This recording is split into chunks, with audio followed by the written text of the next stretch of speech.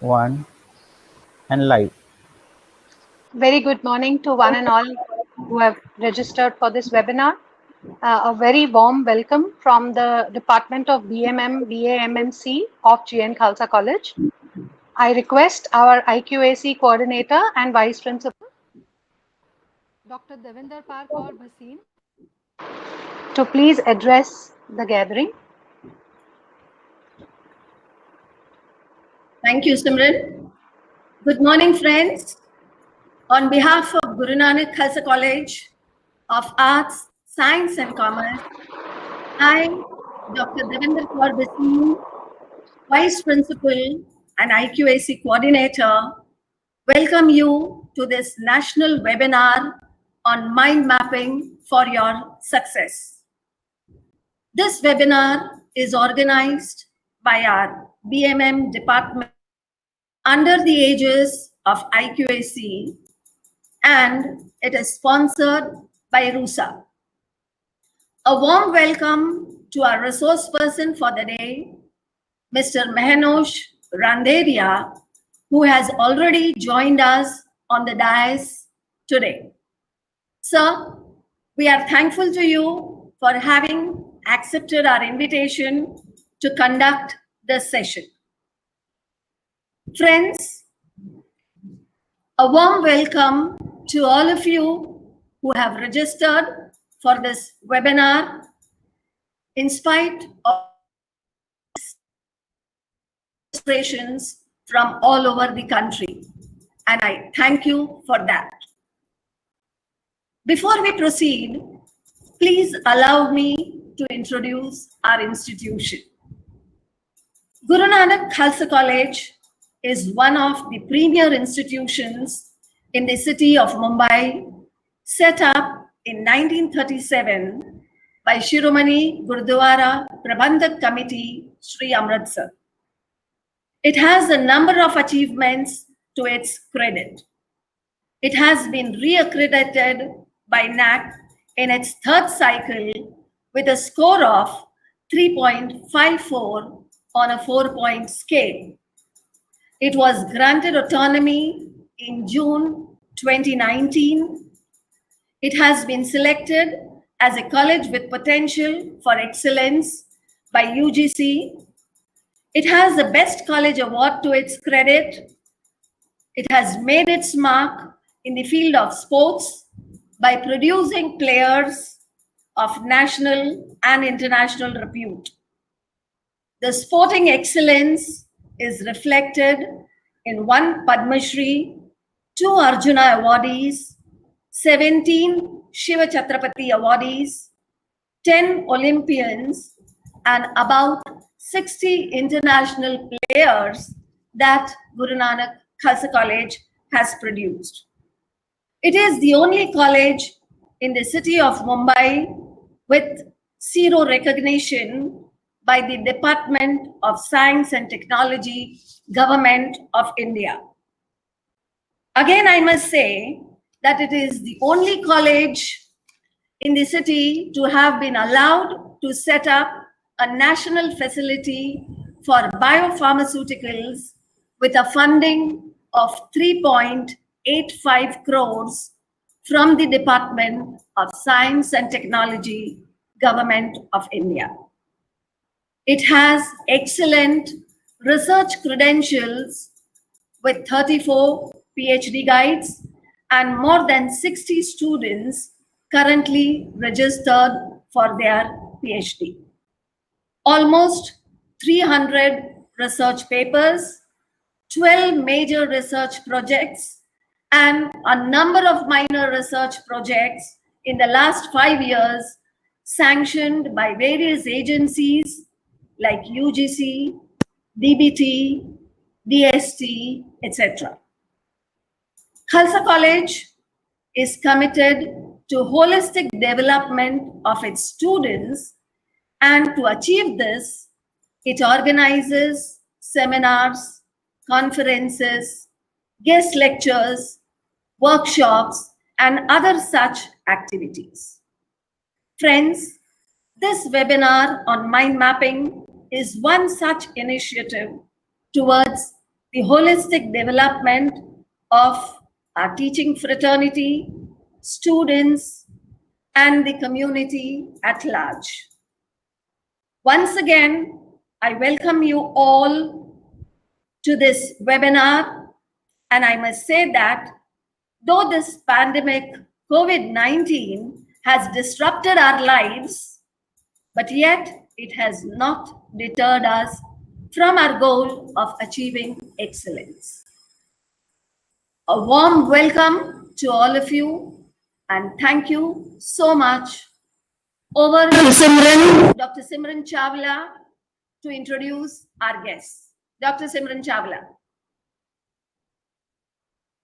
Thank you so much, madam.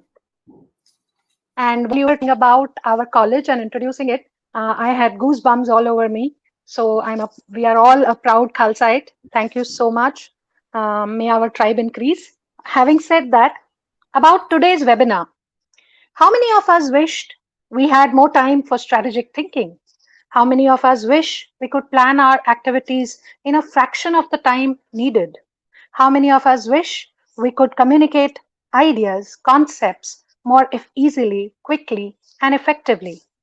True, right now it feels impossible to predict what the world will look like next week, let alone next year. But we, the human race, need to adapt, pull up our socks, and look into situation in the eye.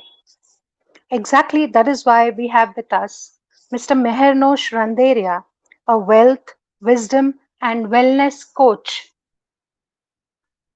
He is going to be conducting this webinar, Mind Mapping for Success. Mr. Randeria, warm welcome to you and many, many thanks to you for having accepted our invitation. Mr. Randeria is India's first and only wealth, wisdom, wellness coach. Mehernosh helps trainers and coaches to discover life and live a well-balanced life of affluence, abundance, and effectiveness. Mr. Mehernosh has conducted roughly more than 600 workshops. He has worked with 75 organizations and has more than 4,500 coaches and participants to his credit. Yes, he is the man of the day. And without wasting more time, I am bringing over to you Mr. Mehernosh Randeria. Over to you, Mr. Randeria.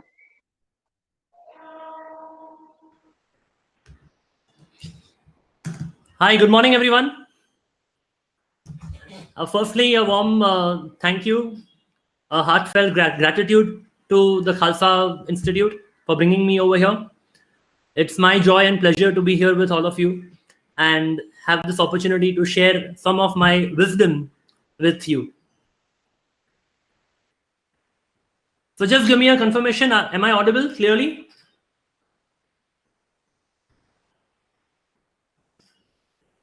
Yes? Yes, sir. Okay, thank you. So I'll just put up my presentation.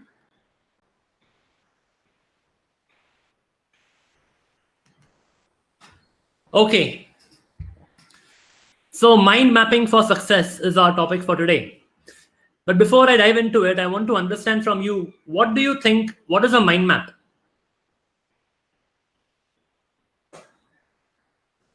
What is your understanding of mind map? You can put in the chat box.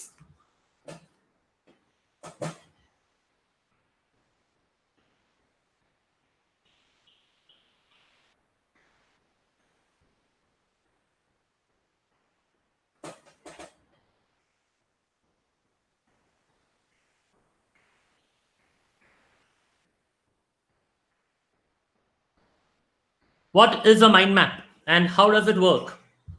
How many of y'all here have some experience of what a mind map is?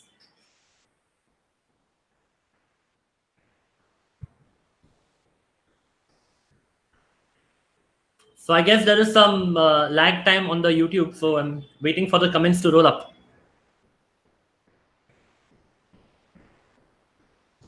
Yeah, now I can see your answers. So it says mind map for easy understanding. Okay, organizing things in the mind. Yeah. What else? So mind map has been known as the Swiss Army knife for the brain. It's a pictorial representation of whatever you want to present or even think. Some of you are already knowing what it is. Some of you are new to it. So I'm seeing the comments now. Good. Nice to know that some of you are already having a good, fair idea of what it is, and some of you are brand new. So that's okay. Well, mind map is in fact a different way of thinking altogether. And while we are calling it the Swiss Army knife for the brain, what it simply means is that just as the Swiss Army knife can do multiple things, a mind map can actually do multiple things as well.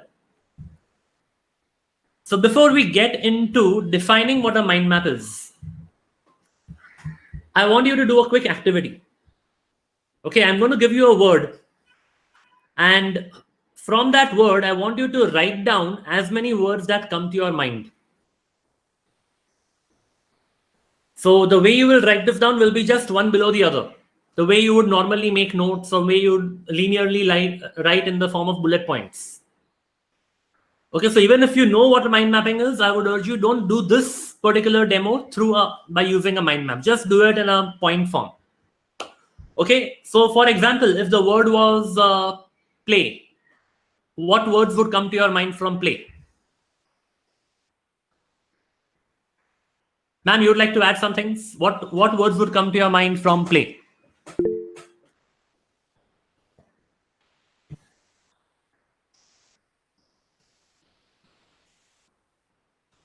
Yeah, play could be football, cricket. It could be a stadium. It could be Sachin Tendulkar. It could be uh, a game of chess. It could be drama. It could be acting.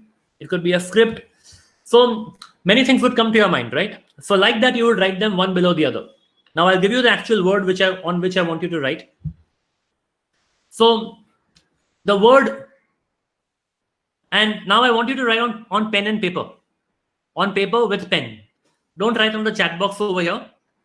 I will tell you the word. Let's see how long list you can make, and I'll give you 3 minutes for this.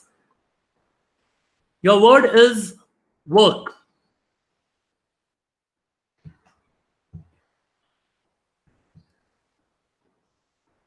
So your time has started. 3 minutes. Write down one below the other on paper. What words come to your mind from the word work?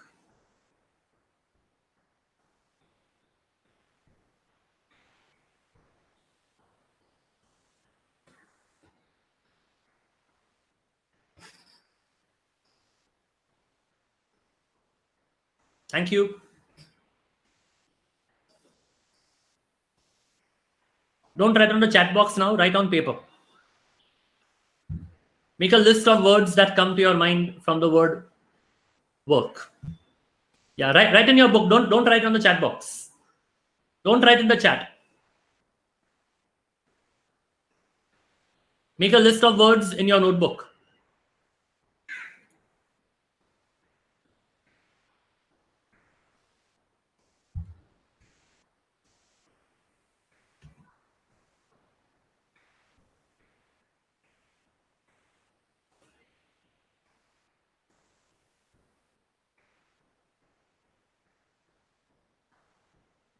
I'm sure you all have a notebook with you or a paper and pen with you. I want you to write down there. Stop typing in the chat box, please.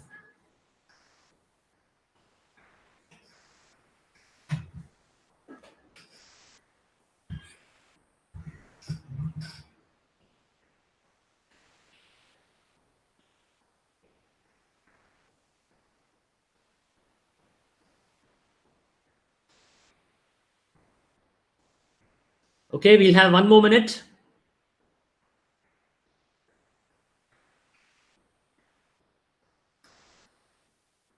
If you have completed writing, type done.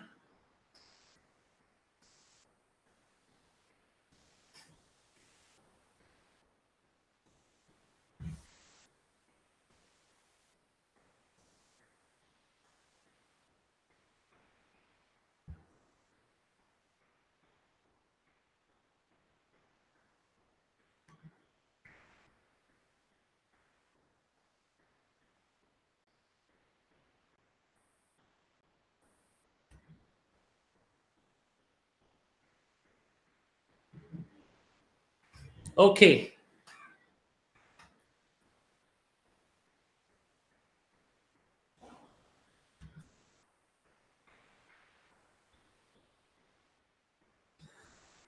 Wonderful. So good to see that you all have completed it.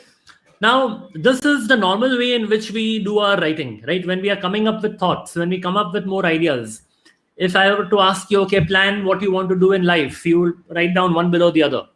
Or if I ask you, make your your shopping list, you will write one below the other.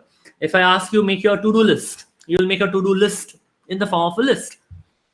This is the way we are naturally conditioned or taught in life, that okay, this is how we come up with ideas. Now we are going to do the same activity in a different way.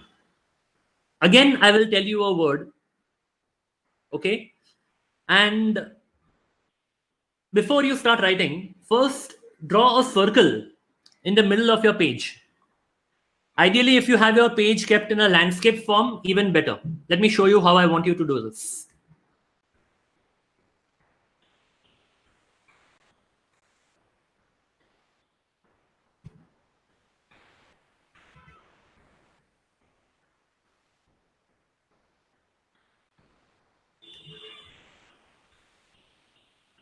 Okay. So here, assume that your page is on a landscape form, and like this, you draw a circle in the middle of the page. The circle could be a size of a coin, a 1 rupee, 2 rupee coin, not a very big circle. Okay. And the word which I tell you, you will put that word in the center of this circle. Before I give you the actual word, let me show you a demo. Let's say if my word is play, you will put play in the center. But now when you put it in the center, you will not write the word, you will draw it. I know now some of you are thinking, oh my God, draw, I'm not a good artist, I can't draw very well. But let me tell you, you don't have to draw very well. You have to draw in the way that whatever sense it makes to you. Okay, it need not be artistic. I don't expect you to be Picasso in drawing it. And this is your own drawing, whatever makes sense to you. So if my word was play, let's say I would draw a bat and a ball. And you can see that this doesn't even probably look like a bat and a ball.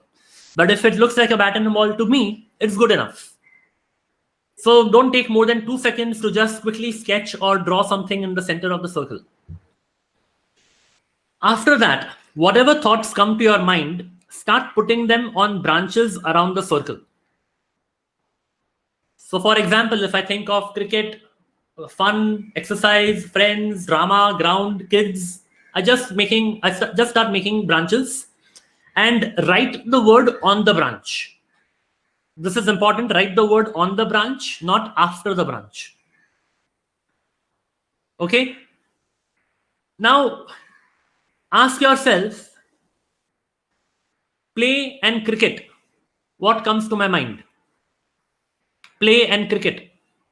Maybe Sachin Tendulkar, maybe IPL.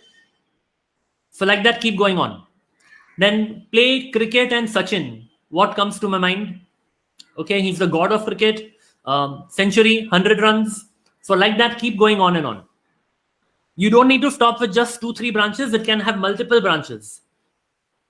So you can have, let's say, Sachin, Dhoni. You can have the BCCI. You can have bat, ball, all these within the ambit of cricket. And then you may have cricket and a bat. What could that mean? It could mean runs or century or wicket. Keep going on and on. Keep going on and on. Let's say play and drama. What comes to your mind? Actor, script, play and fun. Maybe carom or video. Okay, play, fun and carom. A family. Play, fun and video games. PUBG. Keep going on and on. It could be multiple words, multiple directions. There is no limit to this. And as you're seeing, I'm not going in any particular order because the mind will not take you in order. The mind will start throwing up random words to you. You just figure out, okay, where should I put it? What what goes best with this? So when I think of play and friends, I think of the time I play football with my friends. And then as I play football, I have fun with friends. I think of rain. I think of the watching football as well. Again, when I think of play and ground, I think of hockey and football. Now you see here, football is getting repeated. It's okay. It's okay to get it repeated also. Why it is okay is because the word is now coming to you in a different context. Both the places where it is coming, the context of the connections are different. So for now, allow it to flow. We are doing this as a activity of, or as a, to see how we can think differently in coming up with new ideas.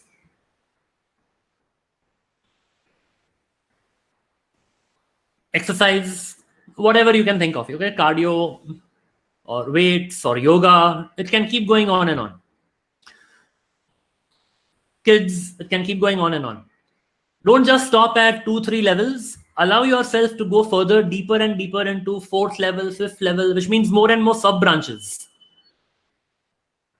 So kids love fun, maybe pillow fight, whatever comes to your mind. Just keep going on and on.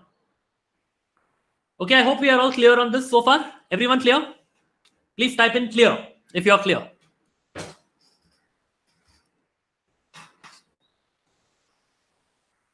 So there are just a few more points I want to mention before I tell you the word that you will work on.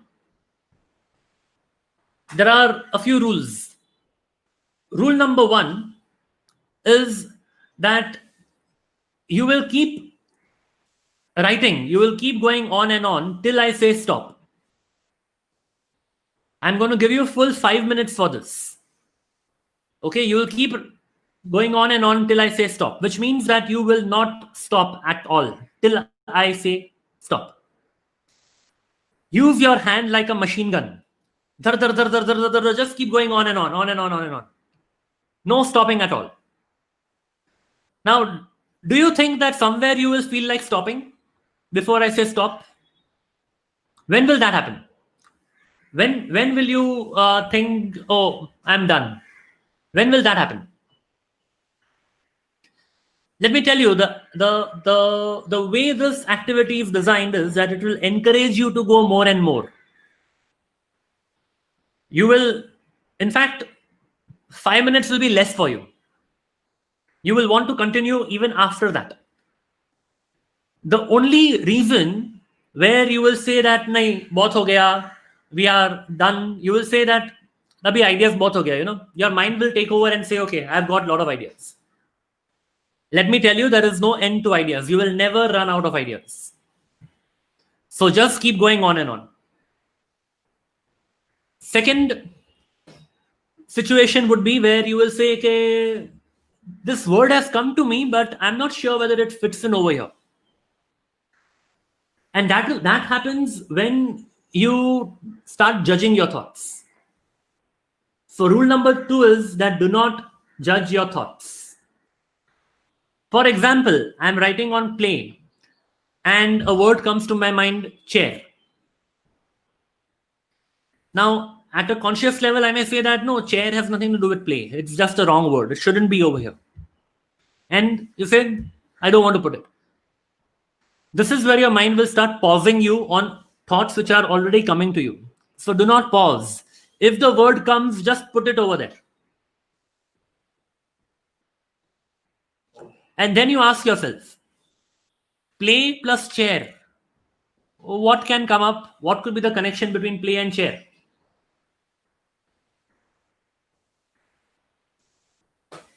Right, it could be a musical chair.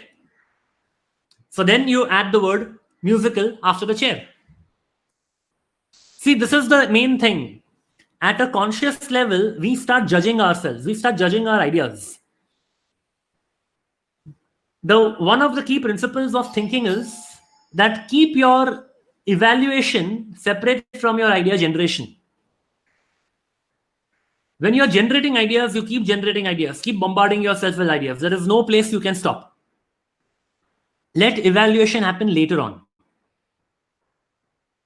And what's happening over here is when your mind is coming up with thoughts which seem to be unrelated at the surface level, your brain has already seen the connection even before you could see it at a conscious level. That is why your brain comes up with something like chair when you're talking about play. Your brain has seen the connection, and then when you seek from your conscious mind what could be the connection, that's when the next word comes to you. So, friends, don't judge yourself with your thoughts. And remember this another principle, which I would like to share with you. In order to have one good idea, you need to have lots of ideas. In order to have one good thought, you need to have lots of thoughts. But that selection of the good idea or the good thought would happen as a process of evaluation, which is better to keep it separate. And when you're generating thoughts, just go on, just bombard yourself with thoughts. Let there be more and more thoughts. Okay, guys, are you ready for it? Are we ready? I will tell you the word now. Okay, before that, one more point of caution. As I told you earlier, do not write the words after the branch, put them on the branch. Okay, there is a reason for it. The connections, the connectors have to be there. So this is the incorrect way of doing it. This is the correct way of doing it. Okay, so here is your word. Here comes your word now. Your word is happiness. So quickly draw a circle. If you've already drawn it, fine. Draw what happiness means to you inside the circle, whatever it is. Don't spend more than 2 seconds just drawing what happiness means to you. And then keep branching out in all directions. Your time starts now.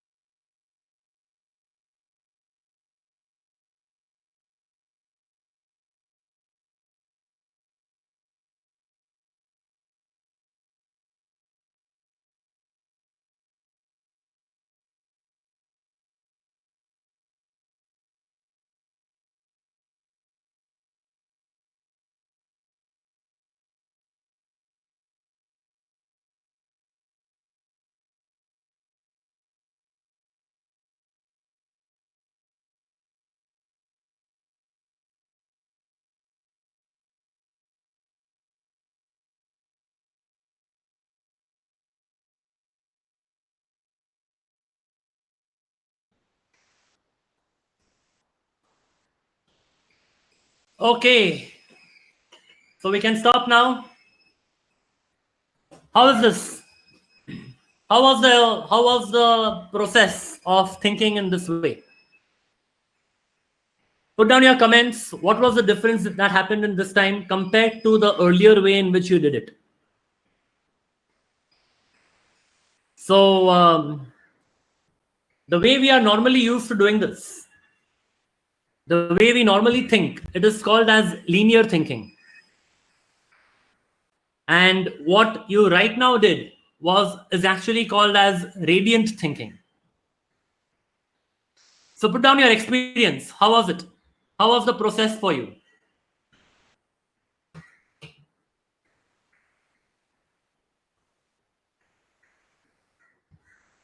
Yeah, a lot of words, more clarity. Excellent, amazing. It came better. Good. What made the difference between the earlier way and this way? Thoughts are never ending. Yeah.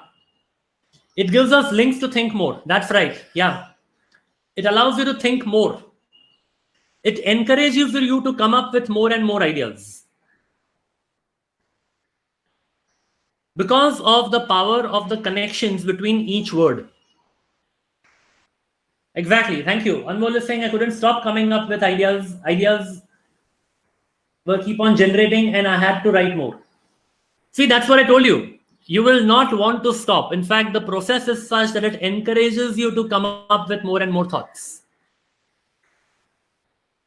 The way we normally write one below the other, that is called as linear thinking. And that somewhere, although it does have its merits, still there are certain disadvantages of linear thinking. It cuts off your thought process. For example, if you are writing about happiness and you're writing about certain things related to your family, and then you think about your hobbies and you start writing about hobbies, the connection between your family and hobbies has got cut off the moment you start writing about hobbies. It's not there visible to you.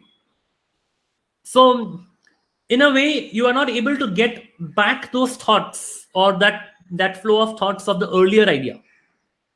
But what happens in the way you did right now when you did happiness?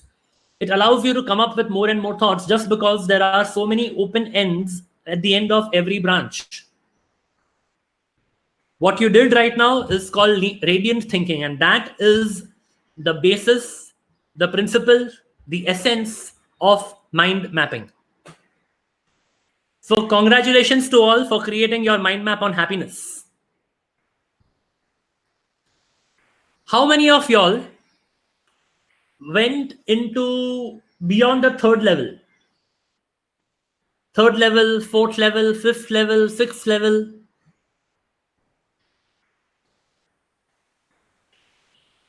The thing is that you may have seen on your mind map that that some branches went deeper and deeper. Some branches were longer and more filled up with ideas and words. And some branches were not that filled up. That's perfectly fine. But the ideas that you filled up further and further levels of sub branches, deeper and deeper, that is where your ideas are coming out now from your subconscious mind. So wonderful to see that some of you went in deeper. 5, 6 branches, sub branches. As many levels you went into. Those are coming from your deeper and deeper thoughts, which gets missed out when you do linear thinking. Linear thinking comes up only at the superficial level, at the primary logical conscious level. And also, if you have not yet gone into the third, fourth, fifth level, I would encourage you to do this after this session. Continue on your mind map of happiness and keep writing further and further. It is a total immersive exercise. It's total, I would say, kind of akin to meditation as well, because you are so deeply absorbed and immersed into it. Exactly. You could go further and further. Now, if I were to ask you this question, if I were to ask you to write a book on what happiness means to you based on the mind map that you did, Can you all write at least a 50-page book on what happiness means to you? I'm sure you can, at least that much or maybe even more.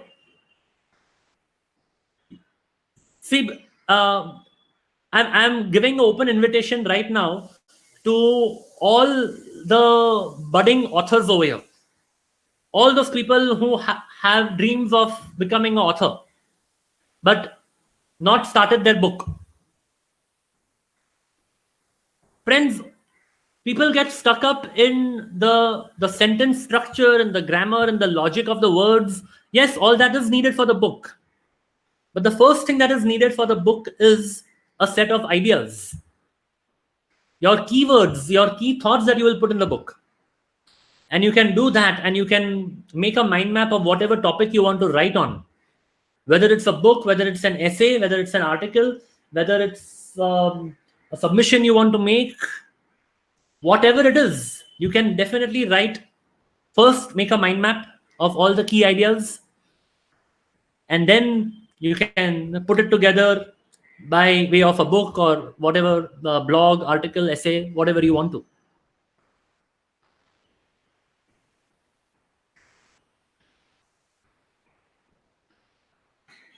Great. So good to know that, right? So this what we saw was just an example, a demonstration of using mind map for idea generation. We are going to see multiple ways of using mind map in day-to-day life. How can you use a mind map? As I mentioned, it's called the Swiss Army knife for the brain. It can be used in business, in planning, in education, and most of we here are educators. So in the field of education, how can we use it? We will see a lot of examples where I will show you certain mind maps which have been used in education. Plus anything that to do with your planning or coaching or your goal setting or your daily habits, all of that.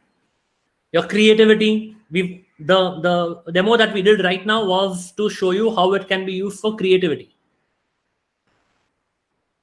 So I'm going to show you some more of this. So to talk about what a mind map is a creativity and a productivity enhancing technique. It can improve the learning and efficiency not only of individuals, also of organizations. The thing is that the way we are thinking, the way our thoughts are, that is exactly what we have put out over here in the form of a mind map. So it's a revolutionary system of capturing your ideas and insights on paper. Tony Buzan is the gentleman who brought mind maps to the world. He's the inventor of mind maps. I had the privilege of meeting him. And according to him, the human brain does not think in toolbars or menu lists. It thinks organically, naturally. All natural forms like the human body, circulatory and nervous system, branches of a tree, veins in a leaf, all these are organic, all these are radiant. And that is how the brain works too. To think well, it needs the tool that reflects that organic natural flow. And that is why we have the mind map.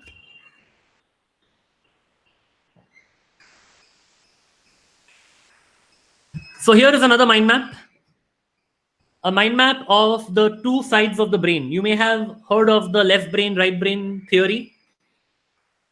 What the left brain does, what the right brain does. Left brain is focused mainly on words, numbers, lines, lists, logic, analysis. And right brain is focused on rhythm, colors, shapes, maps, imagination, daydreaming. All the things that have got to do with creativity and emotions is right brain. Deeper thinking. Linear thinking focuses only on left brain. What about mind map? What do you think? Mind map is left brain dominant or right brain dominant? What is your view? Mind map is actually using the right brain as well as the left brain. Yes, it's called as whole brain thinking. Because the pictures that the pictorial representation that we are putting into it, the associations that we are making, the connections of one branch to the other, all that is part of the right brain thinking. But we are putting the words, we are putting ideas, we are putting logic into it. There is a method to the madness. It's not just pictures. So therefore, it is a combination of both. Mind map is indeed a whole brain thinking. And talking about the brain, here is another mind map of the brain functions. I won't go into much into detail. It's visible. All the branches are very clear over here. The key 5 functions that are showed over here are receiving information, holding it, analyzing it, outputting, and controlling certain functions. But overall, if I were to sum up what the brain loves doing, or what are the primary functions of the brain, I can put them into 2 categories. And that is thinking and linking. Thinking is coming up with new ideas, and linking is forming connections. In more sophisticated words, we can call it imagination and association. And mind map makes use of exactly these 2 principal functions of the brain, imagination and association.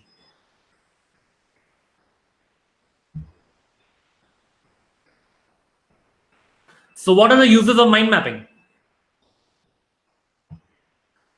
This is a mind map of the uses of mind mapping. You can use mind map for presentations, to plan, write, deliver presentations. You can make them flexible and engaging. Like, just imagine this particular mind map. Instead of a mind map, if I were to use a bullet point slide to tell you the uses of a mind map, how much cluttered it would be. Also, there are what, 1, 2, 3, 4, 5, 6, 7 key ideas over here. So at least there would be 7 slides with sub points. And by the time you are on the 3rd slide, you would have already forgotten what was there on the 1st slide. So this is an excellent tool where you can use mind map for presentation. Here I'm showing you as a presentation. Planning. It can be used for planning as well. In some terms of, getting inspirational ideas, whether you are making business plans, proposals, strategies. I will show you some examples where entire business plan can be drawn in the form of a mind map.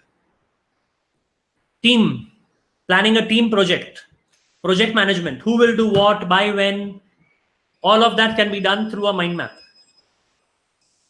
Meetings can be conducted using a mind map.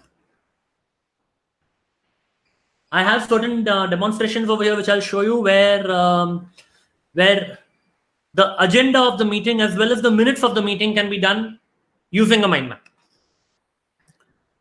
So you can record the meeting, you can add contribution, you can brainstorm ideas in the meeting, all of that. Creativity, making it innovative, coming up with newer and newer ideas, like you did right now. You did on happiness. But if I ask you to come up with ideas that you want to start a new project on, or how you want to plan your life after the lockdown, what do you think you can do? How do you want to structure your curriculum? Do you want to redesign it? Or do you want to present your curriculum to your students in the form of a mind map, in addition to the way you're doing it? All of that can be done through a mind map. Development goals, that is your goal setting, your performance coaching, appraisals.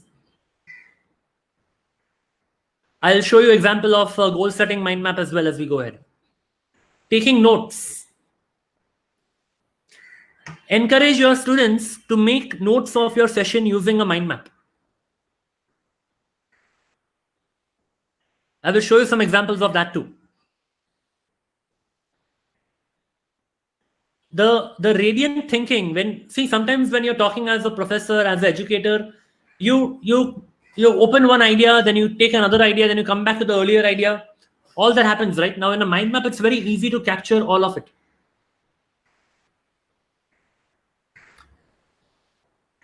So meeting notes, phone call notes, lecture notes, all the kind of notes. Managing your projects, organizing them, managing them, everything can be done. Project management can be done in the mind map. And one of the very powerful uses of a mind map is that it is a great recall tool. It's a very powerful tool for memorization and retention.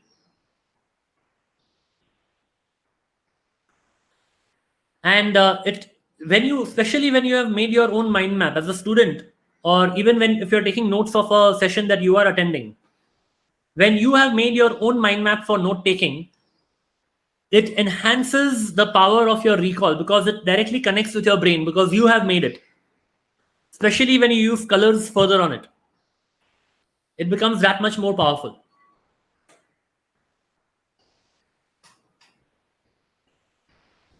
So talking about mind map in day-to-day life, this is a to-do list. List is linear. This is a to-do mind map.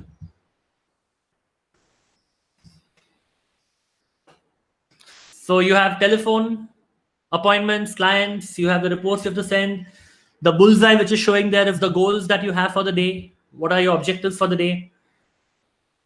What is the mind map? What is the branch on your right-hand side, right-hand bottom? Can you make out what is drawn over there? What do you think? Make a guess.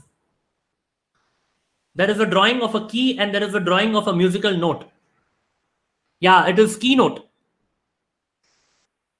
See, this is where it engages your brain creatively, especially when it's for your own self. Your to-do list is not for sharing to others anyway, right?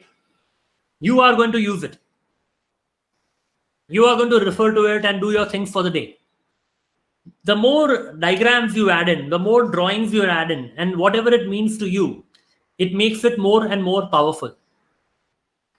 So one of the principles of mind mapping is that before you write the word on the mind map, ask yourself, can I draw this word? So before I write a key note, can I think key, what is the diagram for key, what is the drawing for a note, and put that.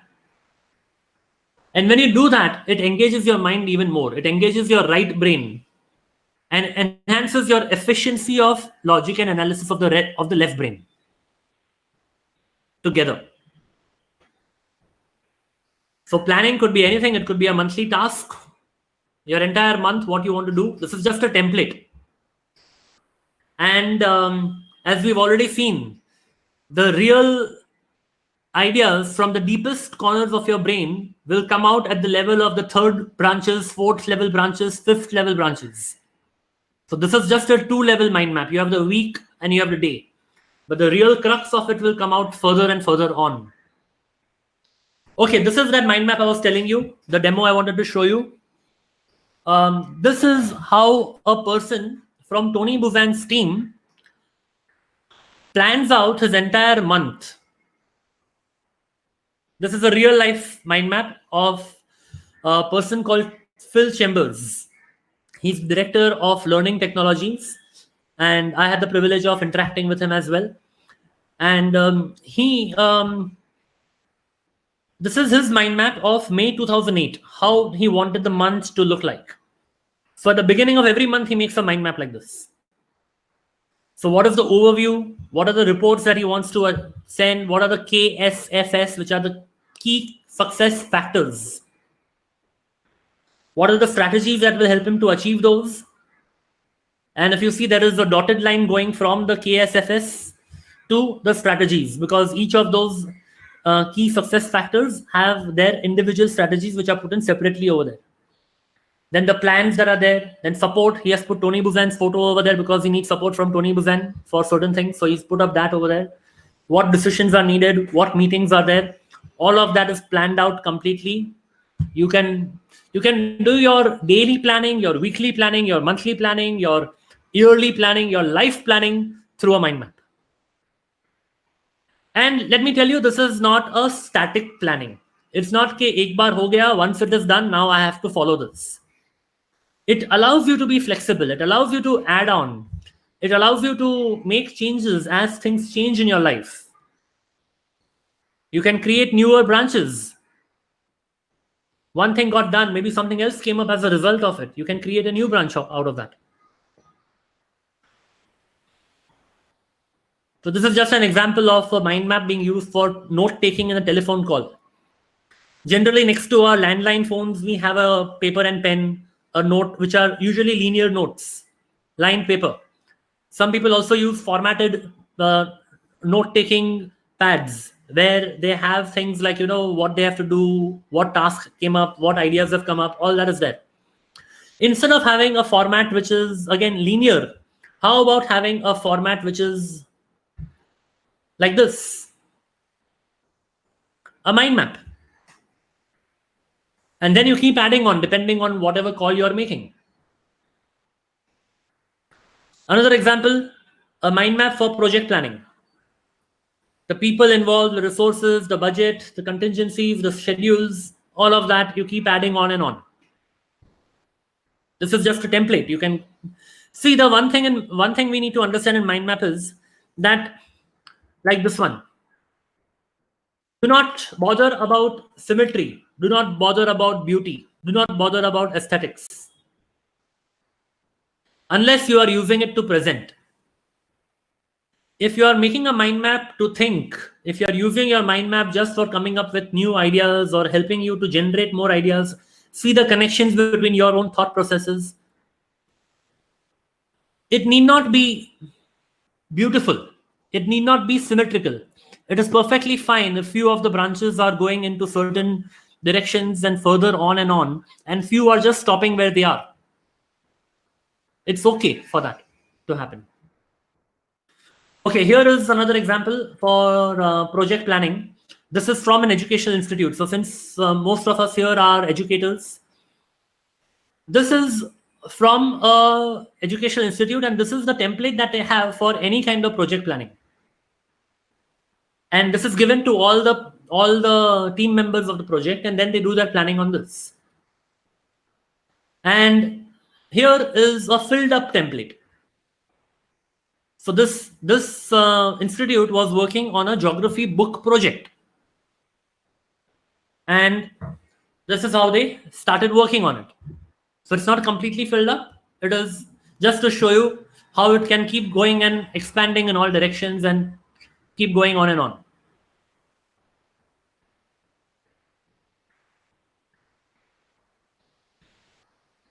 Okay, here is another example of note taking.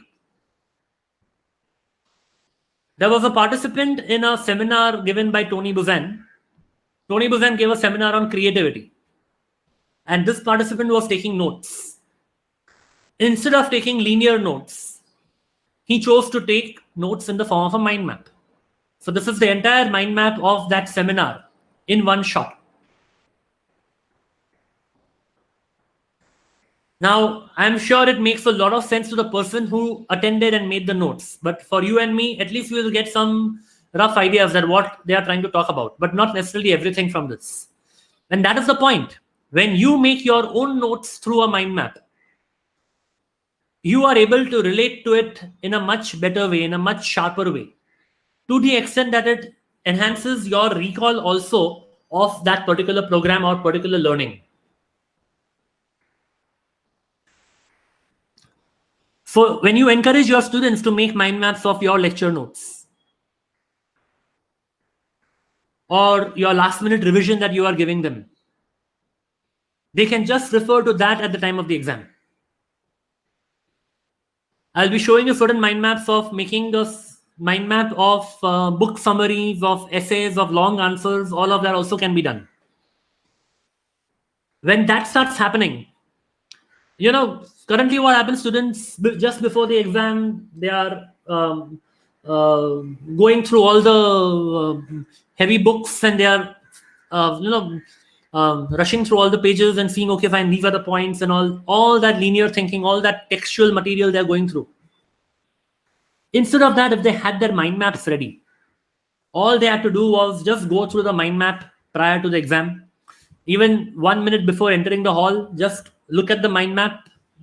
Everything will get flashed in their head as a very powerful recall tool. At the time of writing the paper also, they have to only think of the mind map because all the ideas are there. And then they can put their own words and they can, blend it in a way that helps them. The sentence, the grammar, they can apply anyway. Okay, another example, a template for event planning.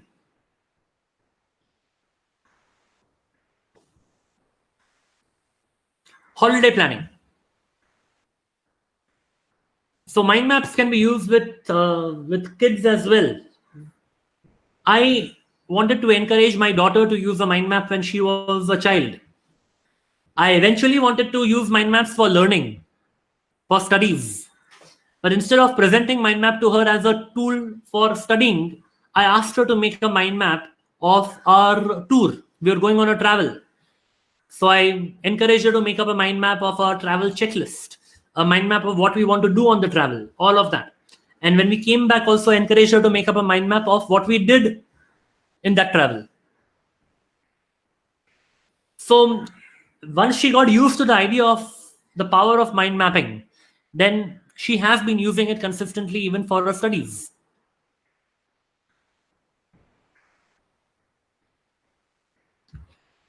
So family events, again, just an example of various ways in which you can use a mind map.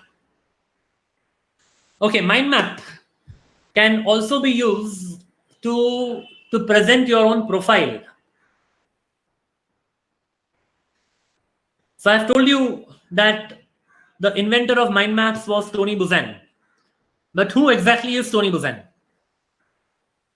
Mind maps is not the only thing that Tony Buzan brought to this world. Let's see who is Tony Buzan by way of a mind map.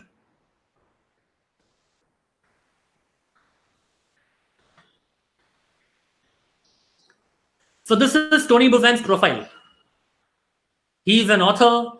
He has written more than 124 plus books, which are published in more than 150 countries across more than 37 languages. He's also a poet. He's an educator. He's a sportsman, not only physical sportsman, also into mental sports. He is considered as one of the persons in the world with the highest IQ. And he's on the board of the Mensa as well. Mensa is all about IQ testing and all. Then he is all over the media.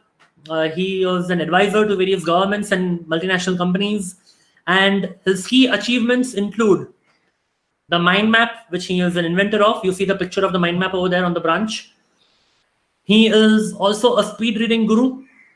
He has taught speed reading to the record holder of speed reading in the world. Okay, so you can read up more about that. Her name is Annie Jones. He is the trainer of Annie Jones. World Memory Championships is what he has instituted, and he has a brain trust charity, which is an NGO devoted to mental health, mental fitness. And then there is a software for mind map as well. So this particular mind map is made through that software too. It is called iMindMap. If you're interested, you can connect with me on that, or you can look up on the net. You'll find it as well. You can purchase that. It's a very powerful mind map software tool. So that is about Tony Buzan. Now imagine if I were to share with you his biodata, how many pages it will go into. Here you have it in one snapshot.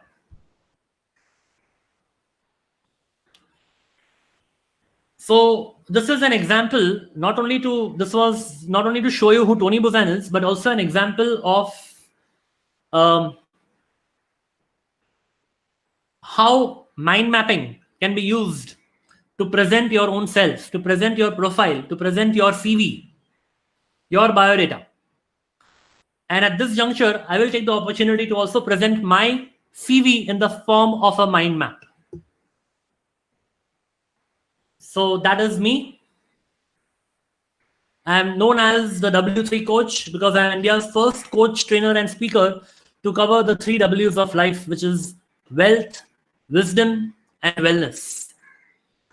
In the last 5 years, I've done more than 600 workshops, more than 4,500 people, and across more than 12 nationalities.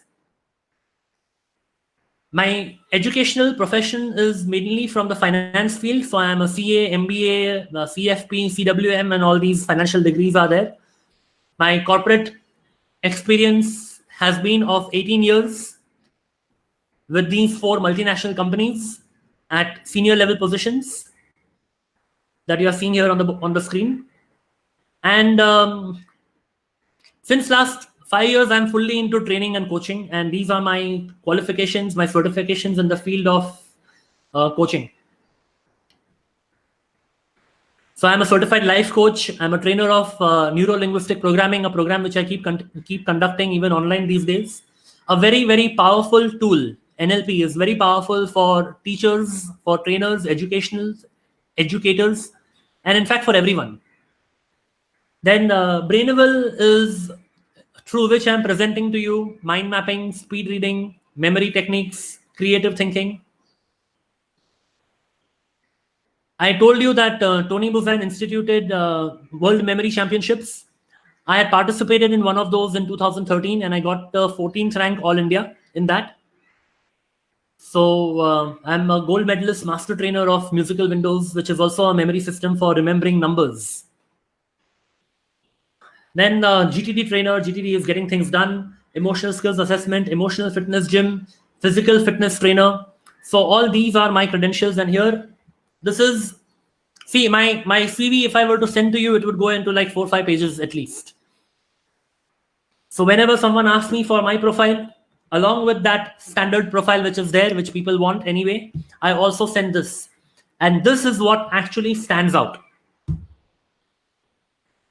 So I'm sure we are all among accomplished, distinguished people here in the room itself. Each of you have your credentials, and we all have long CVs to present and talk about us. How about putting that in the form of a mind map? Okay, so that is another application of mind map. CV is still about what you want to present to the external world. I'm going to show you another application of mind map where you can use it for your own self-analysis. Who are you? What are your likes, dislikes, your responsibilities, your desires, your fears, your deepest values, what makes you happy? All of that. You can create a mind map like this.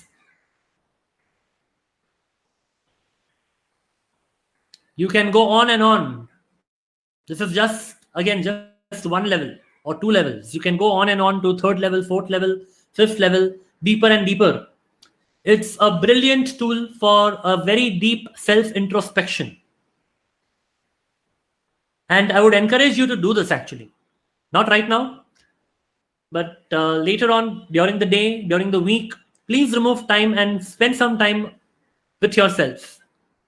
This is going to be even more powerful than meditation. So here are some of the branches you can use for your self analysis. Your likes, dislikes, desires, hopes, fears, what you love about your work, what you would like to change about your work, what you love about your family, what you like to change about your family. Yeah. And Anmol, very true. You can actually come out with your own biopic or your biography at least, or your autobiography using all of this. You can have a mind map of your entire journey of life. All of that can be done. Now, this is about your present state, who you are, what you are right now. What about your future? I told you mind mapping can be used for your goal setting as well, right? So setting your goals is the first step to make the invisible the visible. Getting clarity about what you want to achieve in life. And here is a mind map template for that. Career, health, wealth, growth, people,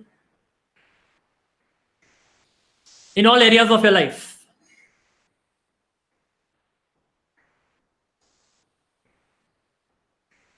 Again, in each branch, there is like, where are you now? What is your target? By when you want to achieve it? How do you plan to achieve it? And then in the how, you can go further on and on. You can put your action plans as well. This is a kind of a filled up template. What can you do? So now target, how, and when. All of that in each area of your life you can plan. I would encourage you to do this as well. Create a mind map of what you want to achieve in life. Encourage your students also to do that.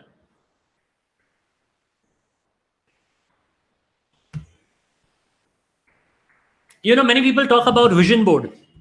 Vision board is a very good way of creating a visual tool for your goals. A pictorial board where you have all your things that you want to achieve in life. So this is a mind map of how a vision board should be created. But I want to share with you another part of vision board over here. You can use your mind map as a vision board. Or rather, you can create a mind map of your vision entirely.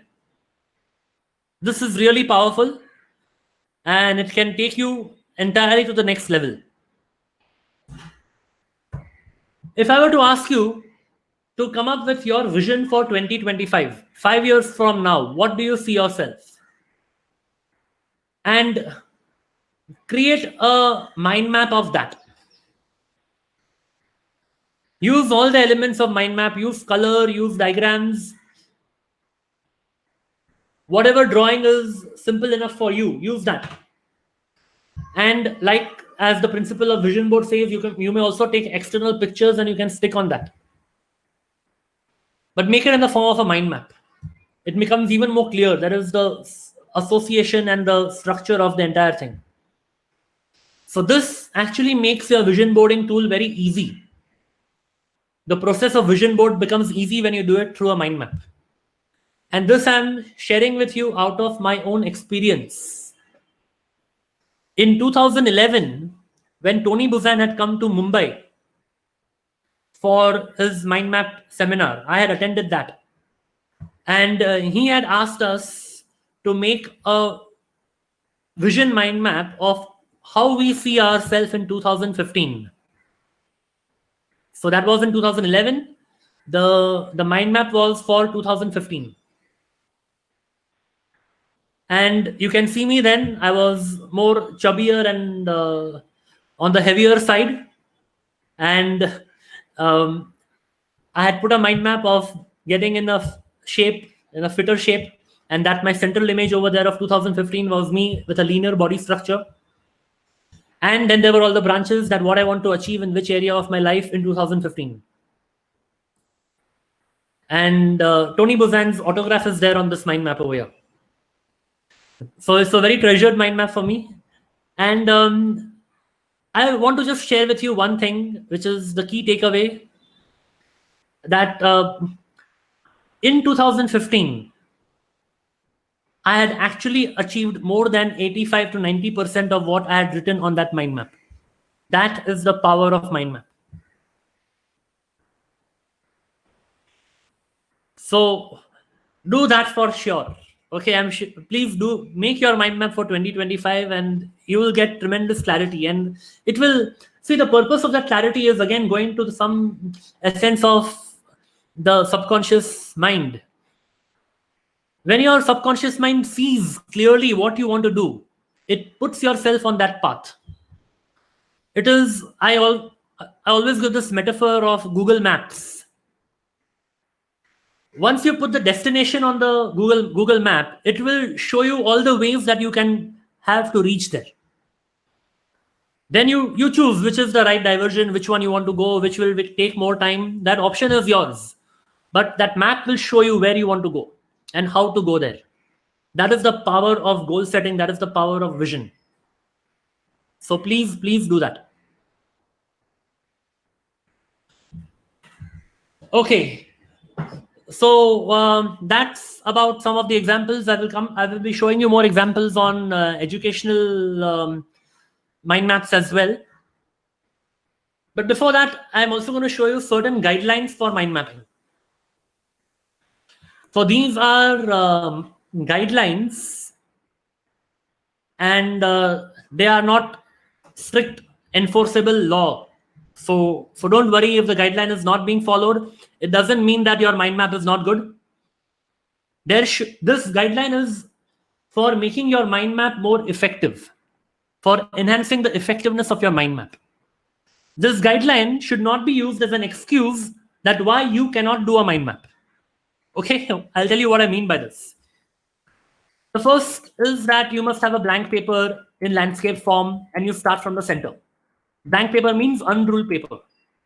That will enhance the effectiveness of your mind map. Now, let's say for whatever reason you don't have a blank paper.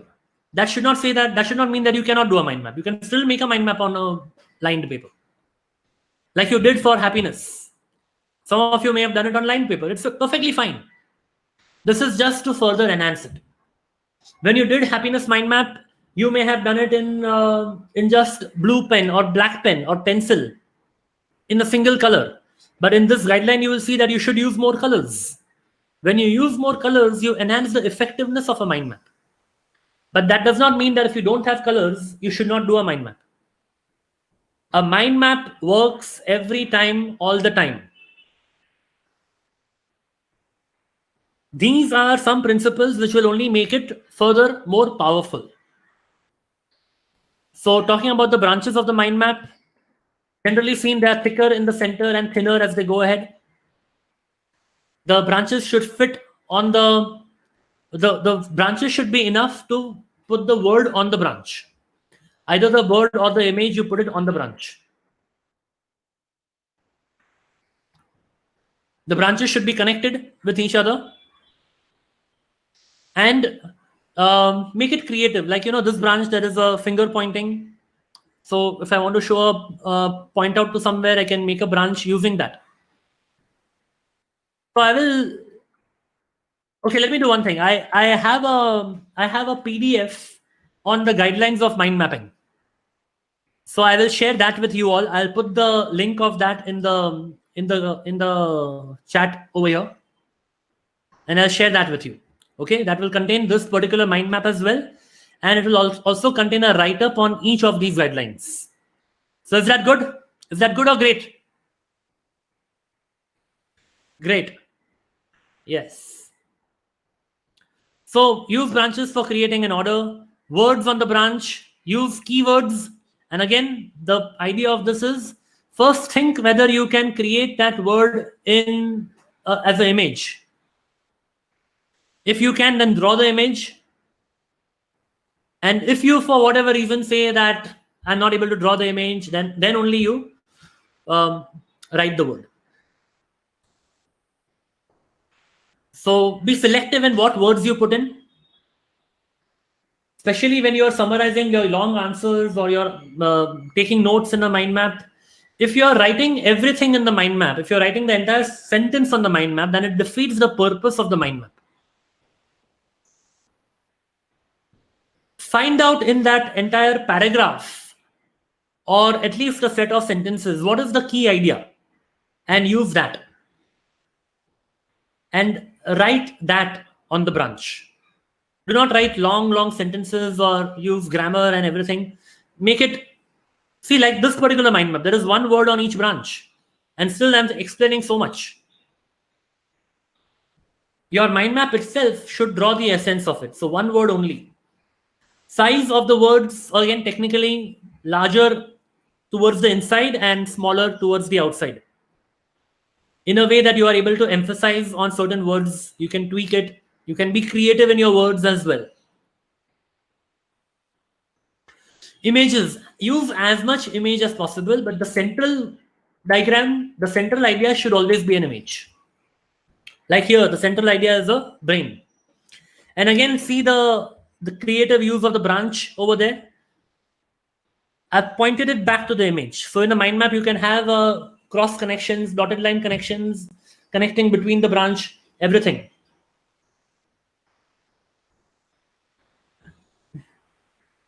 Draw, now make it colorful. So again, some theory of using color. The brain does not like monochrome. When we are writing in linear thinking, the way we usually write, we write in black or blue pen.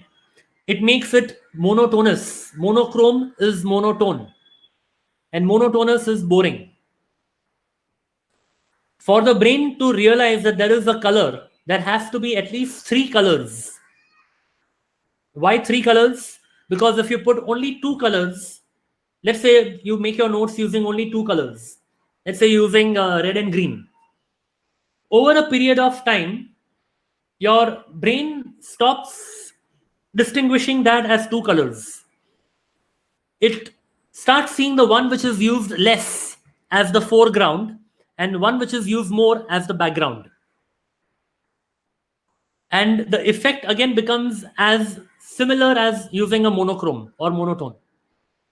So for the brain to find it engaging, for the brain to see it being colorful, use at least 3 colors.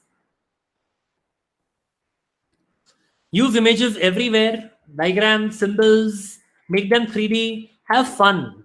This is critical. Don't get stressed out about, oh my God, how my image will look. Is it looking beautiful? Just have fun. Have that attitude of playfulness. Be like a child who is doing mind mapping. So again, talking about colors, use vibrant colors, relevant colors. What you are seeing in this mind map, for example, each branch is of a different color. If you are using mind map for project planning, and there are different people in the team who have to do different things, there you can use colors to give a code for different people. Each team member will be a different color. So for example, if there is something with red, you know that this person is doing it. If there's something in blue, you know that this particular person is doing it. So you can use it for color as well. So for coding as well. Structure of the mind map has to be clear, radiant. That is the purpose, that is the key, radiant thinking. It would show the hierarchy between the first level branches, second level branches, third level branches. And it reflects nature. It reflects the brain. It reflects you. And have a look at this particular entire mind map. What we did is not just to show you the guidelines of mind mapping, but look at this thing as a presentation tool as well. I just presented to you this in the form of a mind map. The PDF that I'm going to share with you runs into 4 pages. Because on each of the topics, there are different explanations to it. But here, you're presenting it in just one mind map. Also see the use of the branches. See how some branches are having pointed fingers, some branches are pointing in, again inside. See how reflex has been written. It is actually showing a reflection. And this is where you make it very clear. You use your creativity. You occupy your right brain. You engage your right brain also to make it more creative. See how you is shown. It's shown as a selfie because the selfie is reflecting you.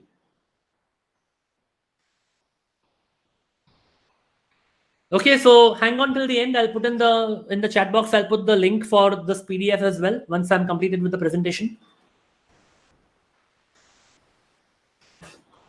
Okay, we'll come to the education mind maps. So Raksha Khan is asking, is there any method to assess the quality and correctness of mind map? So I want to answer that over here. And there is no correct, or rather I would say there is no wrong mind map. There is no incorrect mind map. Every mind map is a great mind map. Every mind map is the right mind map for you.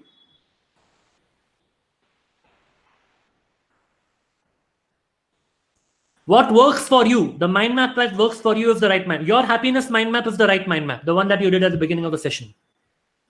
Your self-analysis mind map is the right mind map. There is no right or wrong. You can only make it more powerful, more effective when you apply these rules. If you don't apply these rules also, they are equally good. So I hope that answers your question. So let me take up a few questions before I move on to educational mind maps. कई बार situation की वजह से हमारा गोल change होते हैं, work place में नहीं, other place में, तब माइंड मैप कैसे सिचुएशन को हैंडल करेगा? यस, वेवरी माइंड सेटअप, या विजय लक्ष्मी, रत्ना कौशल, both the answers are same for me. Wavering mind or changing of situations, mind map will bring you more clarity. Do a mind map and see. See, wavering mind kahan se hota hai? Because there are a lot many options. When you are doing a mind map, you are going to bring out all the options in front of you. You have it all there, right up there.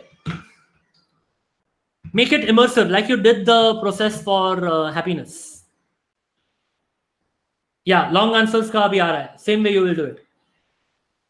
Yeah, self-analysis is one of the applications of mind map, Sangeeta. Age limit, there is no age limit. 9 year kya, 5 years se shuru karo, 3 years se shuru karo. Even a 3-year student, 3-year-old child can make a mind map. It's a drawing, right? And children would love to draw rather than putting words. So that's the right time. They are still not, the children are not judging themselves that whether their drawing is right or wrong. So in fact, that is even more powerful. Start from the youngest age possible. Okay, great. Thank you. So now again, let's move on to the education mind maps, where we'll see long answers and everything now.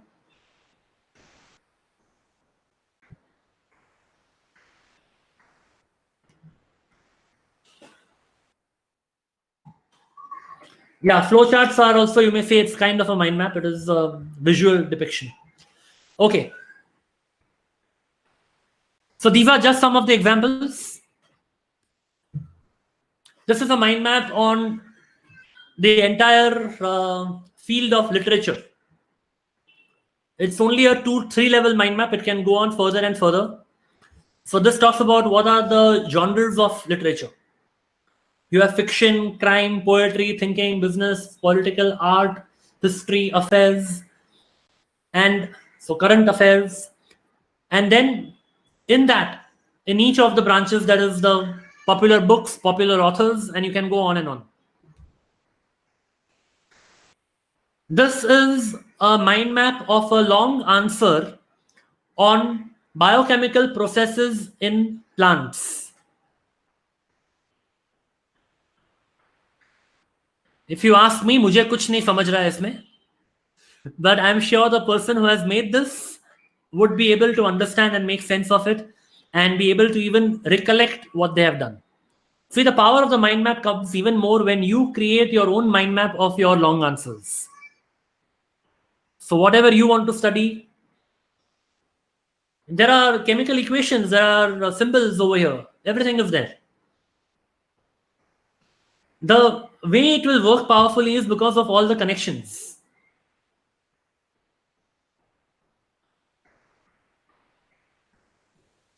Okay, here is a mind map of the English parts of speech.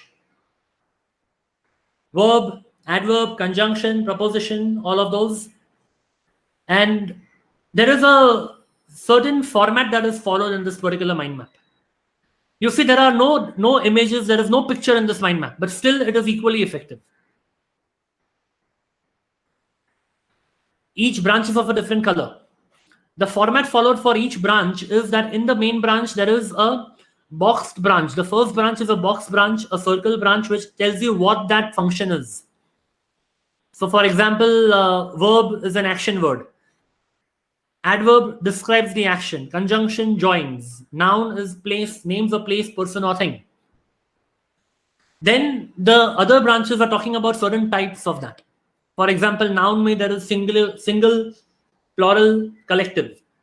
Then there is a branch for examples where examples are given, and after each example there is a dotted line connection back to the earlier type. So there is the entire connection flowing over there. Now let's say if you want to go into further detail of one of these branches. Let's say you want to make a mind map of all irregular verbs. How would you do that? Here it is. I know it's a bit blurry, can't see, but that is the image I got from the net I wanted to share with you over here. So the different groups of words which are there, and it explains, right, with D, with T, with one group word, three group words, all of those are there. So it goes into further detail of the irregular verbs. So whatever extent of detailing you want, that is your choice. You can go into that much of detail.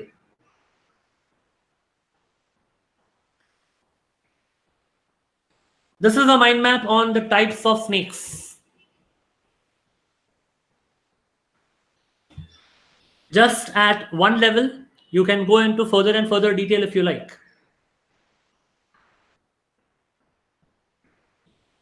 This is a detailed mind map of types of birds, bird classification.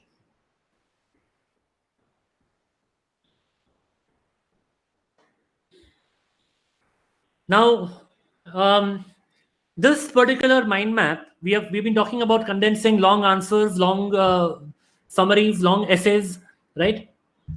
This one mind map condenses around 75 pages of an encyclopedia on the topic of bird classification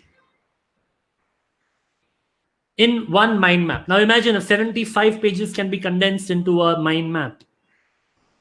I'm sure your long answers can be condensed into a mind map. The process you follow is simple. Look at the keywords, put that in the mind map. You don't have to put all the sentences in the mind map. Okay? So that is about the mind map. Yeah, so Deepa is asking, can I use mind map to take classes for students, especially to summarize? Of course, Deepa, you can do that. I do that. I am a visiting faculty with Jamnalal Bajaj Institute of Management Studies. I teach financial accounting over there. And after the topic, I summarize it with the mind map. A topic like financial accounting, imagine that. If accounts can be summarized in the topics, definitely you can do this as well, right?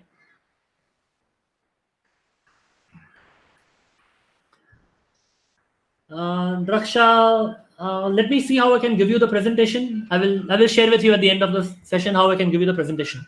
Let's see. Okay. Okay, here is a topic on mind map on chemistry.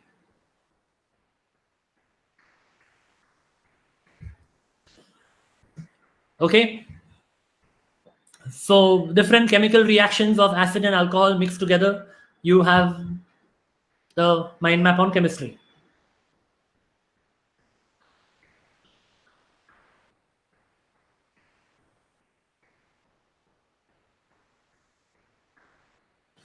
Okay, here is another mind map.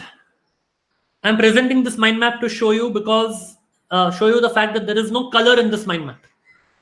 This is a black and white mind map, but still equally powerful. It's a mind map on statistics.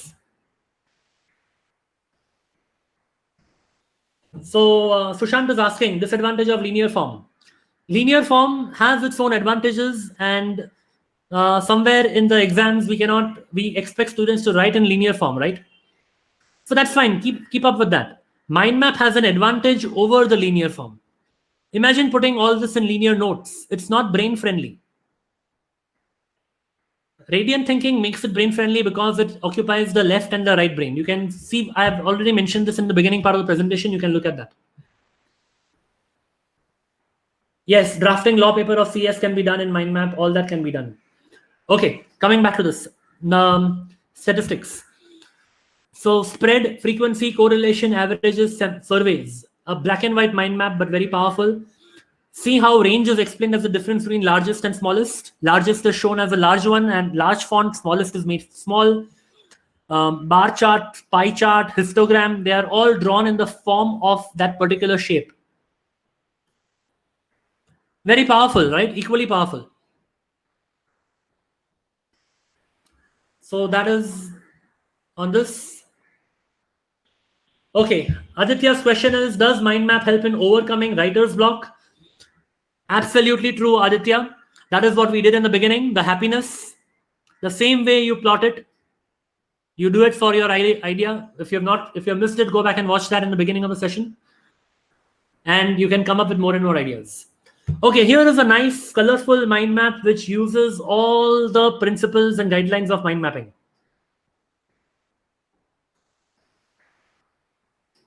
It's on the major body systems: sensory, nervous system, muscular system, involuntary, voluntary, skeletal system, reproductive system, endocrine, excretory, digestive, respiratory, cardiovascular, immune, and see the diagrams also which are there.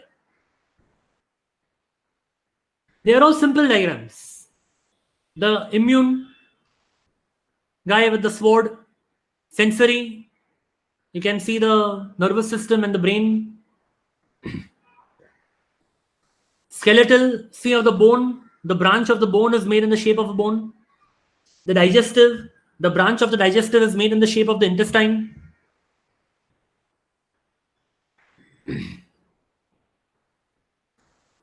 So, very powerful way of summarizing and even using it for your studies.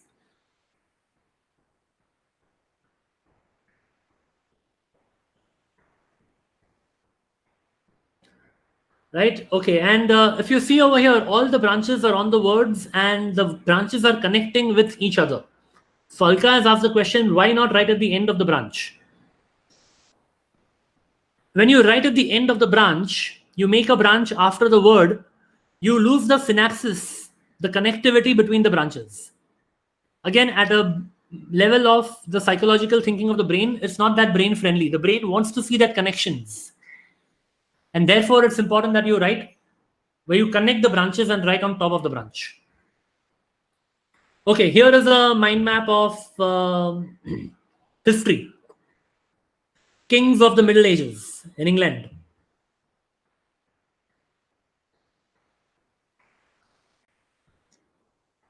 So yes, you can do it with various topics, each various topics within your main subject also you can do it, each and every field, of course. See, people ask me, where can I use a mind map? And I tell them, wherever you use your mind, you use it with the help of a mind map.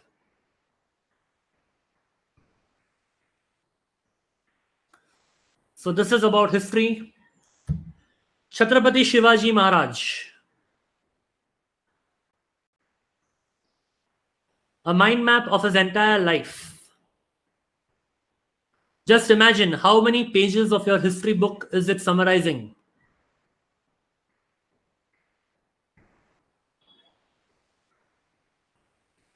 Think with the help of a mind map. That is the point. Dr. Babasaheb Ambedkar. It's almost like a mind map in an autobiography, or rather autobiography in the form of a mind map. Everything is here. All his awards, his life, his education, what he was known for, what he founded, the Bahujan Samaj, all the things, his books.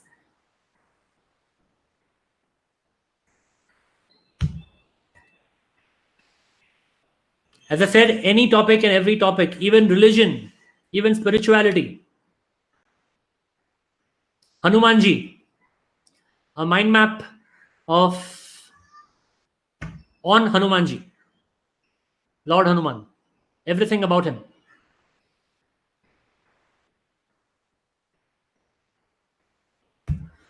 A mind map on top 10 exam tips.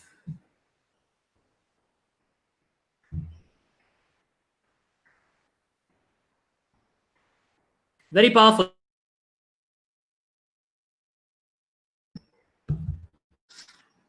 As I said, you can put anything and everything. A mind map on the 12 steps of Surya Namaskar.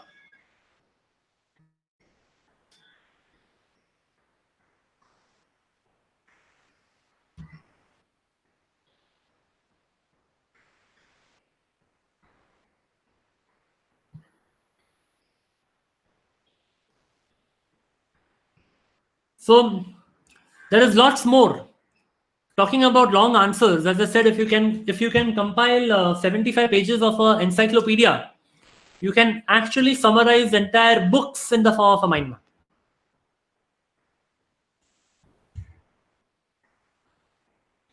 This is a book by Tony Buzan, Headstrong. And this is a mind map on that book, of that book.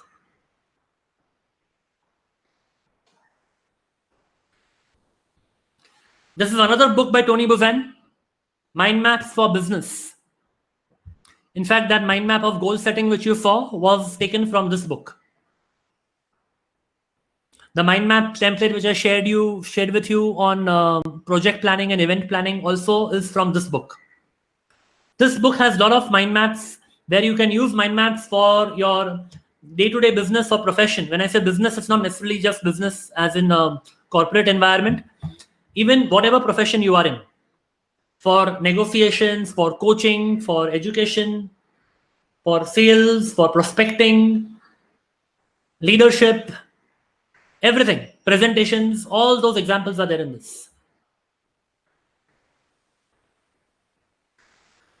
So I told you I am a certified trainer of Getting Things Done, a book by David Allen.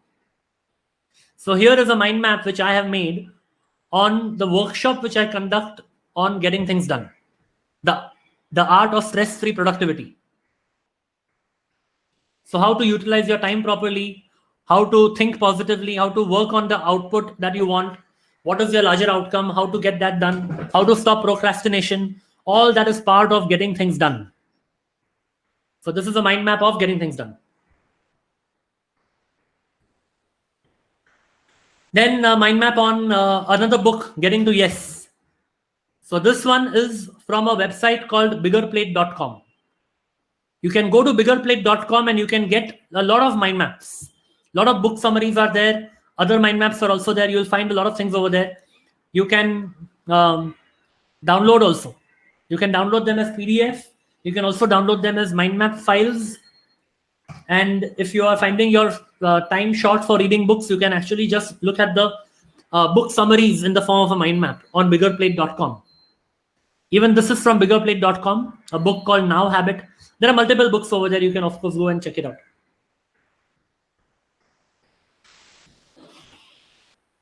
Talking about the use of mind map in the corporate world. Boeing Corporation had gone on record to claim that they were able to save $11 million just by converting their aeronautical engineering manual into a 25-foot long mind map.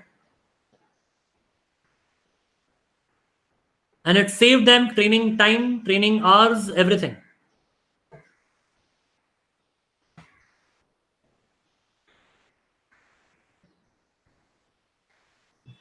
So there are plenty and more mind maps. There is 6 thinking hats. So talking about running a meeting. Yeah, I told you about, I'll show you a mind map on a meeting. So this is a mind map of planning a meeting. This is a template of a company which uses mind map for agenda as well as the minutes. So before the meeting, it fills up this template with all the agenda in each of the areas that they want to discuss. And then that template is given to all the members in the meeting. And each one has that template with the agenda points. And all they do is they all keep adding on their own points while discussing. So this itself can become a minutes of the meeting as well. And then this mind map is given to the person in the company secretarial department to draft the minutes based on this. Because I know your legal requirements will not accept a mind map. But the thing is, where you're thinking, you use a mind map. For all other purposes where you need to put it in a certain format, definitely you can transfer that from the mind map to that format later on. Just to share a few more mind maps over here, team success mind map is there. Just about sharing your success plans and all. SWOT analysis. How do people generally do SWOT analysis? They do it this way. Again, talking of linear thinking, and this is not just coming from hypothesis or imagination. I am telling you, I do this exercise with my corporate training programs, in my corporate training sessions, where I tell people to do a SWOT like this. And it is observed that when they make the SWOT, the limitation is that they stop in this much box itself. I am yet to see an exception where people flow over, where they have stopped writing the number of strengths or weaknesses, the box is full, and then they flow over to another page or another column. It hardly ever happens. Which means that your mind is getting limited by the space that you're giving on the paper. And then I ask them to do a exercise like this. Do the SWOT analysis in the form of a mind map. And then they come up with more and more and more and more and more points.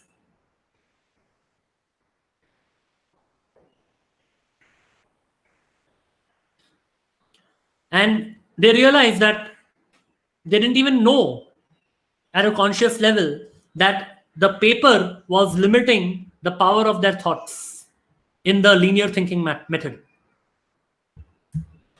So here they keep going on and on. This is just a template, but then it can keep going on and on. This template is also from the book Mind Mapping for Business.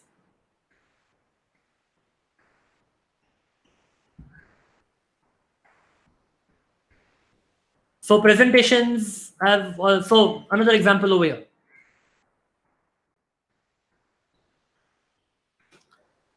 A group of friends wanted to decide on a road trip. They didn't have paper, they didn't have pen, forget color pens. All they did was on a tabletop of the bar where they were working on, they just made a mind map of when, who, how, what, where, and they were ready with their planning of the trip. So as I told you earlier, let the guidelines not be an obstacle for you. If you don't have color, if you don't have paper, it doesn't mean that you cannot do a mind map. You can do a mind map wherever you are using your mind. So that basically sums up whatever I wanted to discuss. Just a few more slides to show you the presentations of the applications of a mind map. This we already saw. This also we already saw. We summed up. I think we saw each of these in detail. This is a study which is done from a team member of Tony Buzan to kind of a survey which was taken that where do people use mind maps and in what percentage, what kind of people use what mind maps. So this is just showing that most people use it for to-do list, preparing presentation, note-taking, problem-solving, decision-making, knowledge management, all of that, and many more. Writing, like someone mentioned, writer's block. We already did that, right? When we did the happiness thing, it clears up the writer's block. Just start with the idea and just start storming out in all directions. Yeah, someone was asking that, is it always individual? Yeah, Arvind was asking, is it always individual or is it, it can be done in a group as well? Well, you see over here, there is one line which says group brainstorming. Is it there? Yeah, group brainstorming. So mind map can be done as a group brainstorming as well. You do it individually and then you collate all the individual mind maps together. Even it could be done in planning as well. Individual mind maps can be done and then all the people who have done the mind maps come together and they see, okay, what is missed out? What is done separately? Or a common mind map, a big common mind map on a chart paper can be done by people all together. Okay, so I will tell you where you can get the guidelines of the mind map as a PDF as well. Just hold on for a minute. Before that, any more questions? Yeah, Gaurang is asking, if you create your own mind map, the other person won't be able to understand it because it is made for you. Yeah, that is true. So keep your objective clear. If you want the other person to understand, then make it beautiful. If you don't care whether anybody else understands or not, it is your own thought process. There is no need to make it beautiful. So depends on your outcome, depends on your objective. You need to beautify it or not. For example, even in this, what I showed you, this one was not for other people. The people who made it, they understood it. It's well and good. But Tony Buzan CV, or for that matter, even there is one more mind map over here in this presentation. Physical mind map for daily living. It is made for other people. It is beautified further over here. So you can use it to beautify wherever needed. Okay. One thing I want to point out. Okay. These are my coordinates. You can stay in touch with me on these coordinates. I'll tell you the link for downloading the PDF as well. One thing I want to point out over here is that use your mind map for thinking. Use your mind map for thinking first. I'm telling this because some people, they come and ask me that I will make my notes first in in um, in bullet points, and then I will convert them into a mind map. Now, friends, that defeats the objective of a mind map. Because if you have already made your notes first linearly, you have already used the restrictive form of thinking. And translating that into a mind map only for presentation is of no use then. It may be useful only to present what you have already thought in a restrictive manner. Let your first draft of thoughts be on a mind map. And if you want to present that mind map later on, you want to beautify it, you can make another beautified version of the mind map. Let your first thought process be by way of a mind map. Okay, so do stay in touch. I will put in the chat box where you can connect with me. Okay. We are open for questions while I type in the chat box. Feel free to type your questions.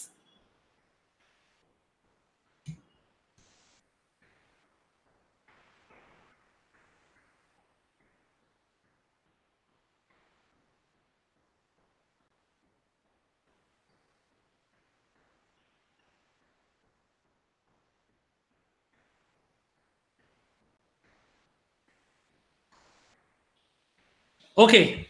The link has been shared for the link has been shared for the guidelines of the mind map. You will get it on email once you put in your email address in the link. If you want the PPT of what was presented, then I would urge you to reply to that email. When you reply to the email, I will send you the PPT. Okay? I hope we are clear on that.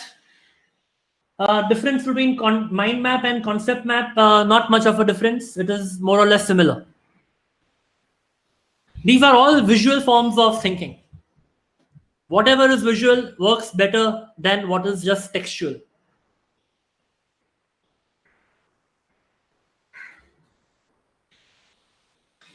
Okay, any questions you would like to ask? Simran ma'am, if you want to have any discussions, we are open for that.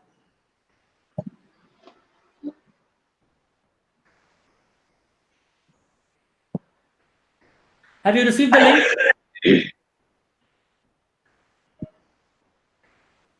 Simran madam.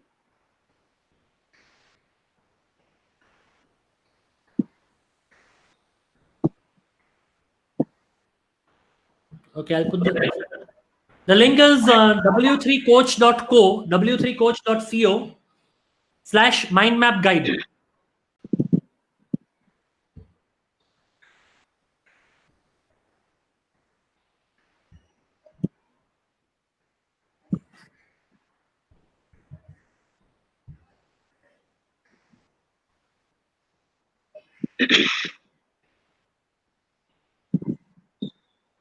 Okay, so we're done with the session.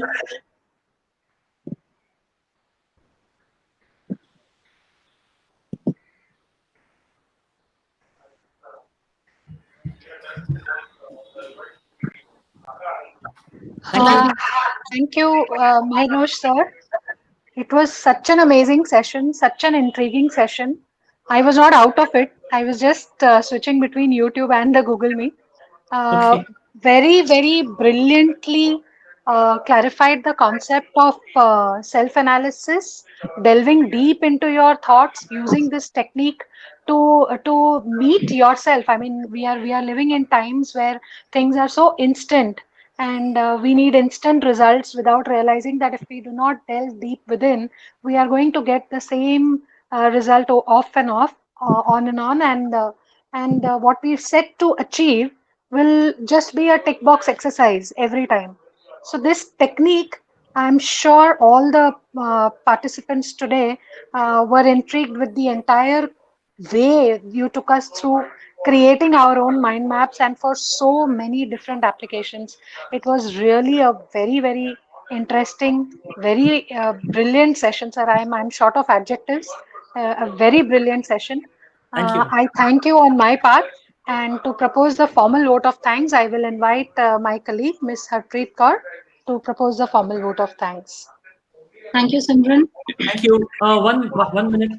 Just a second, ma'am.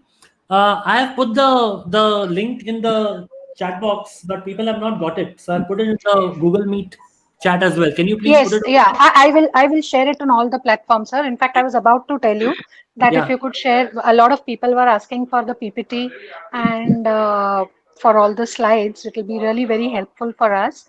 So if Yeah. you could just share that entire PPT on our Google Meet platform, then I will share it with the Uh, participants. I would suggest it this way. Once I've shared the guide link, once they get an email and they reply on that, they will receive the PPT as well. Oh, great, Okay. great, So just great. they have to make sure that they reply on the email that they get after entering their details in this link. Yes, yes, yes. Okay. Certainly, certainly. I Thank you. will share that details also on the platforms in case anybody has missed it. Yeah. So it will be easier. Thank you. Thank you once again, sir. Thank you once again. Over Thank to you, you. Harpreet. Yes. Thank you, Simran Madam, for giving me this opportunity to propose the vote of thanks. Um, to begin with, I would like to quote Helen Keller saying that alone we can do little, together can we do so much. So, going on those lines, that such a wonderful event, which the webinar we had today, such an informative webinar we had it today. It is the team that has worked behind to make it a great success. So to begin with, I would like to begin with the supreme power that has given us that energy to work positively amidst this time of uncertainty and difficulty. And the power that is governing all of us, and so positively we are moving ahead with this pandemic, with this time of uncertainty. So with the grace of God, we have moved ahead with this webinar. The next, I would like to thank the management and our principal, Dr. Kiran Mangankar sir, of our college, of Guru Nanak Khalsa College, Vice Principal Madam, Dr. Devinder Kaur Basin Madam, and she's also the convener of IQAC. Our program of the BMM department is in association with the IQAC team, and the convener is Dr. Devinder Kaur Basin Madam. Thank you for your support and encouragement. I am greatly thankful to the team RUSA, especially Khalsa sir, for coordinating and helping us, and and the main resource person for the day, Mr. Mehernosh sir, for giving such a enlightening lecture and for showing us how learning can become so simple. I remember how he mentioned about to use the power of vision and goal setting, and how you should not judge yourself and your ideas, and how subconsciously your brain knows how to connect things. Thank you, sir, for such a wonderful the insights and the inputs which you have given for making the mind map, and I think our participants would really benefit out of this. I'm really thankful to our HOD, the Department of BMM, Dr. Simran Chawla, from ideation to the execution of the webinar. Thank you, madam. I remember the day when she had already seen, attended one of the webinar, and she mentioning all of us, the faculty, that how happy she was after viewing it, and she was recommending that we could do it at the college level. Thank you, madam, for spearheading this entire event and the entire program, and so many of us have been benefited because of this. I thank you, the IT support team. I know in this midst of uncertainty and difficulty, there is a complete digital switch, and I call them I call them saviors. Why? The reason is because everything has moved to digital platform. Thank you, Shyam sir. Thank you, Ashish. Thank you, Aldrin, for your support. You are saviors. Uh, I would like to thank the student support team, our backbone, who have made the at the back office. They had worked a lot and to create brochures and spreading information to a lot of people. We have the team for this. I would like to name Pratik, Anuja, Vedanti, Avleen, Mugda, Himaya, Shreya. So they were the core team, student team, volunteers team who have worked towards it. I'm really thankful. I'm thankful to the dear participants. I am thankful to the senior faculties who are attending this webinar. Yeah, that's it from my part. Thank you, Mayor sir, once again from the Department of BMM. Thank you.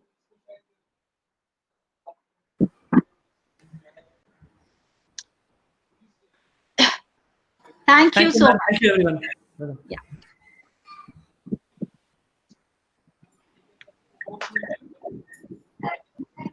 Thank you, sir. Thank you so much. Thank you, ma'am. Bye. I enjoyed the session thoroughly. Wonderful it was.